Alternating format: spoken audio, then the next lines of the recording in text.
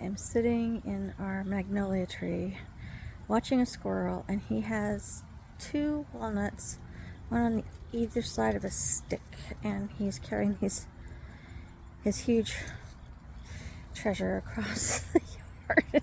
it's kind of funny to watch.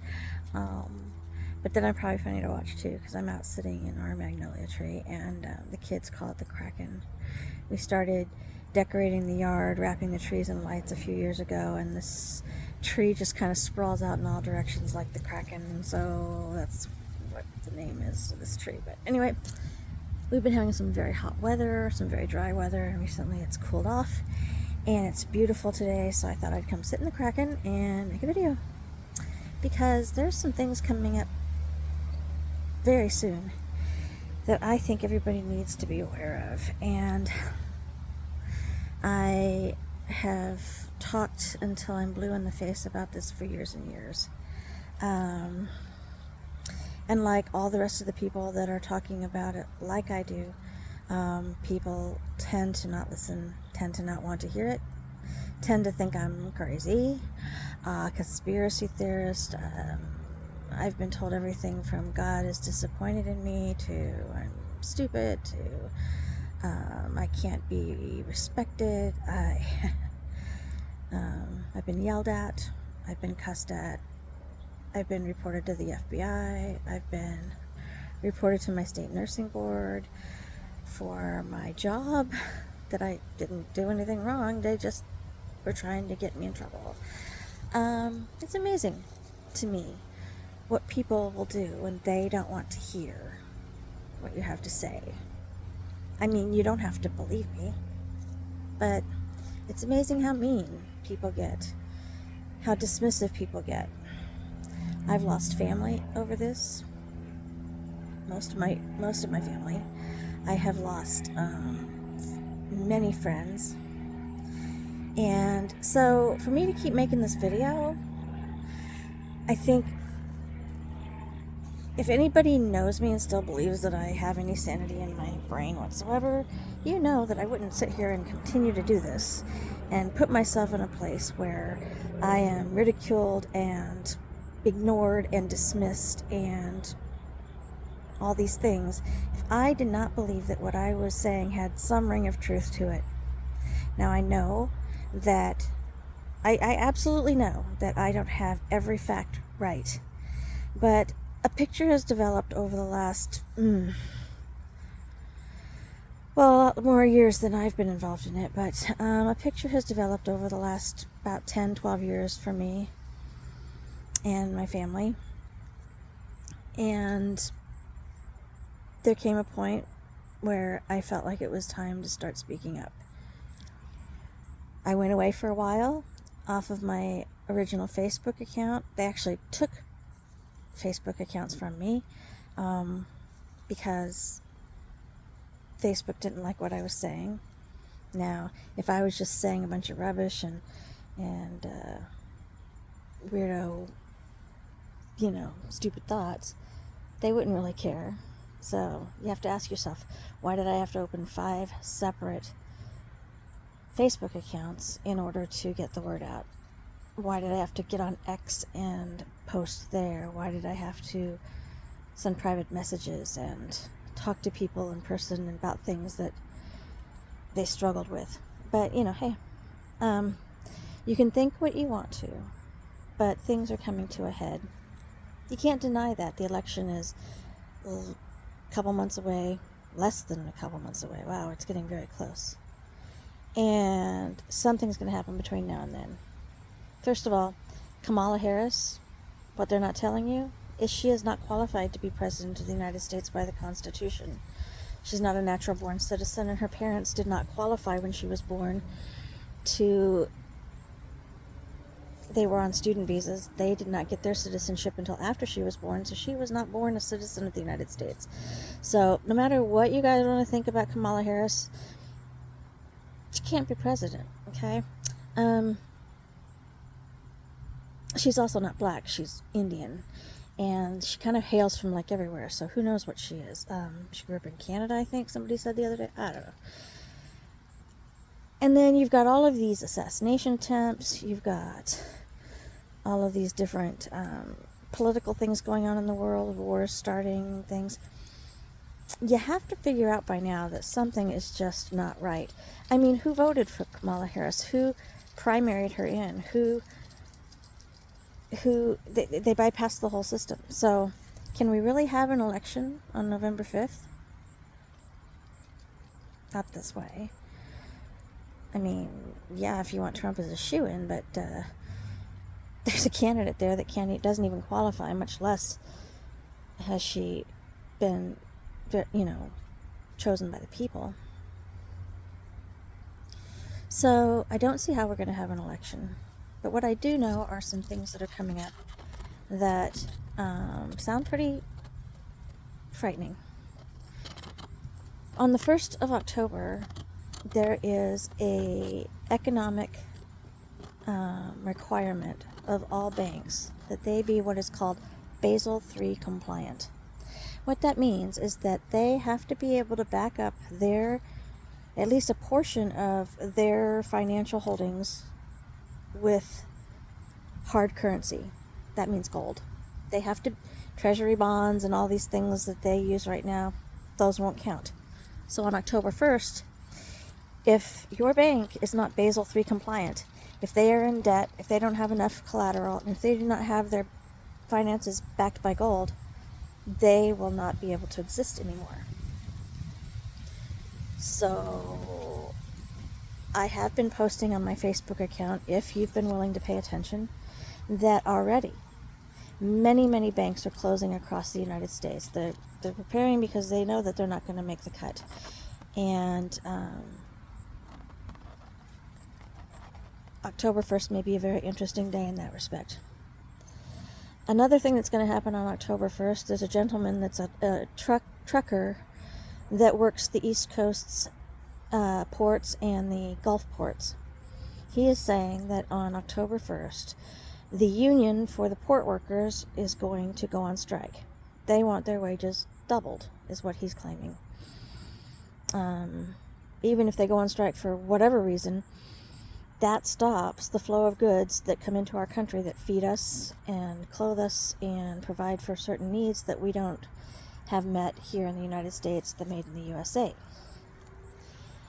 So he was explaining that if the truck drivers cannot get into the ports because there's no dock workers working to load the trucks, for every day that they are on strike, it will put them 7 days behind on getting goods and services, or goods, to the people in America. Because they have to have time to load that, they have to have time to get the trucks in and out, they have to have time to, adjust manifests. So he was saying, if they're striking just for a week, that puts us back a month or more. And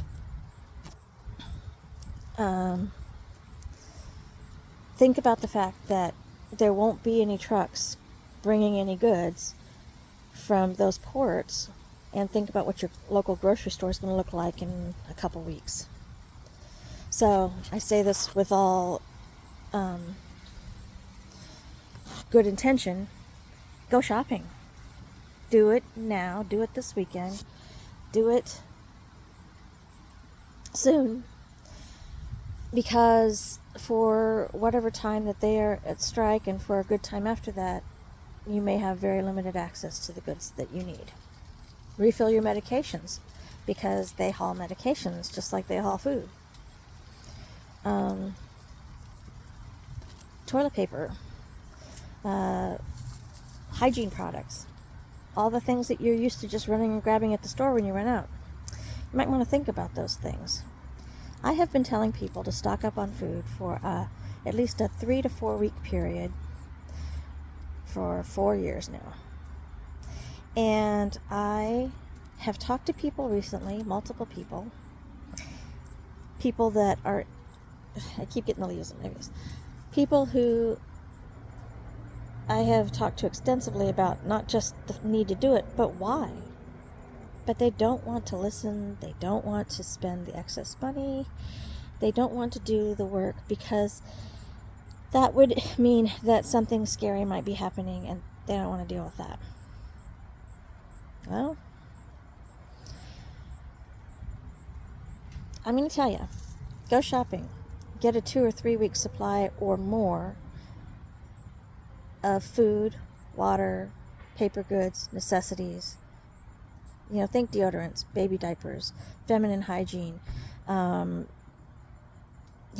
toothpaste, I don't know, whatever you use, but especially the essentials like water. You don't have to go crazy and buy tons of meat and really high cost foods, although just about everything is high cost these days, but you can go and get a flat of soup. Think protein. Get some bean and bacon soup. It has nutrients in it. It has protein in it. Get rice. You can fill your family's stomachs with still relatively cheap food. Buy a flat of canned fruit and a flat of canned vegetables. That would be a lot of food for a couple weeks if you just did those things, and that would not break the bank. Not any more so than it is already. Also, there are some very big things going on in politics right now. You've all become aware, I'm assuming, that there were 2 assassination attempts on Donald Trump's life. Right now, Iran is threatening his life, and they want retribution for when he killed Soleimani several years ago. Soleimani was a very bad guy, but Iranians want revenge. And so they're vowing out threats against Trump, and they have increased his security. But what does that mean to our country if he is killed? I mean, we've had time to think about it. We've had 2 different attempts on his life, and have you thought about what that means? Even if you don't like him, even if you're never going to vote for him, even if you think he should be gone from this earth, which God help you if that's what you think. What does that mean politically, economically, socially for our country if Iran decides that it's going to kill the leading candidate for president? And such a strong political figure. So what happens to us in elections if Donald Trump is assassinated and Kamala doesn't qualify for the presidency? Do we have an election? There's also some other things that you don't understand and you don't know about because so many of you have refused to listen. But this is the truth. We are fighting for our way of life in this country. Every industry within our country is corrupt. The government, Hollywood, the music industry, the sports industry. If you haven't seen the things going on with P. Diddy in the last week, then you really need to pay attention. And I'm not talking about, they did minor crimes. I'm talking about human abuse. And not just P. Diddy, I'm talking about all of the people in all of the different sectors. Now, I can get really graphic about that, but there's no point. You didn't listen when I did. So, all of that's going to come to a head. Our country needs to help those who are in trouble. And you cannot imagine the vast underpinnings of what is happening in this country right now that are really harsh. Harsh for our country, harsh for our future, things that need to be stopped if we want to save our country. And if we don't stop them, well, then, no more country probably. Now, you don't have to believe that. I don't really care if you do. But I'm giving you another warning.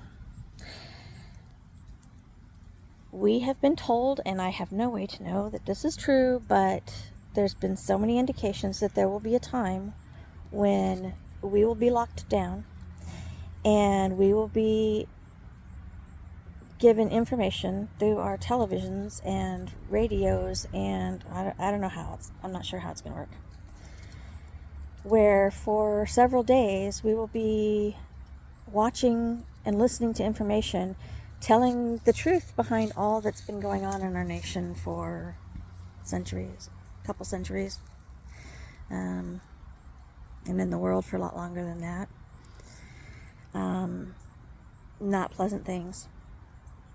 But we don't know at this point how to get that information to you if you have refused to listen to it so far.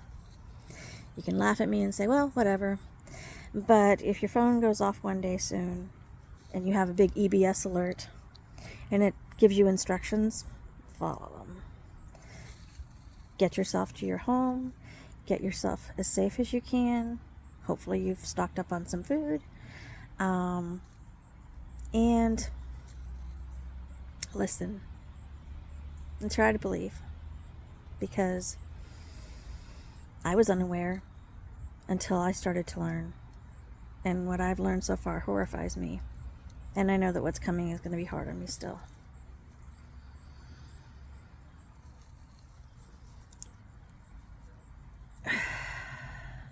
I don't want to scare people, and honestly, you shouldn't be scared. You should do you should take care of yourself. You should get some food, get some water, make sure your medicines are refilled so that you have them for the next month. Stay on top of that. If it doesn't happen this month, it'll happen soon. And be ready for a crisis, because one is coming. And then prepare your home. If you have weapons, know how to use them. I would not go out in a time of chaos, because people will be desperate and they will get violent. So make it so that you can stay in your home, stay comfortable, stay out of the way until things get past. We've been assured that there will be National Guard coverage and help with trying to control the chaos and the problems that will arise from these things that are coming.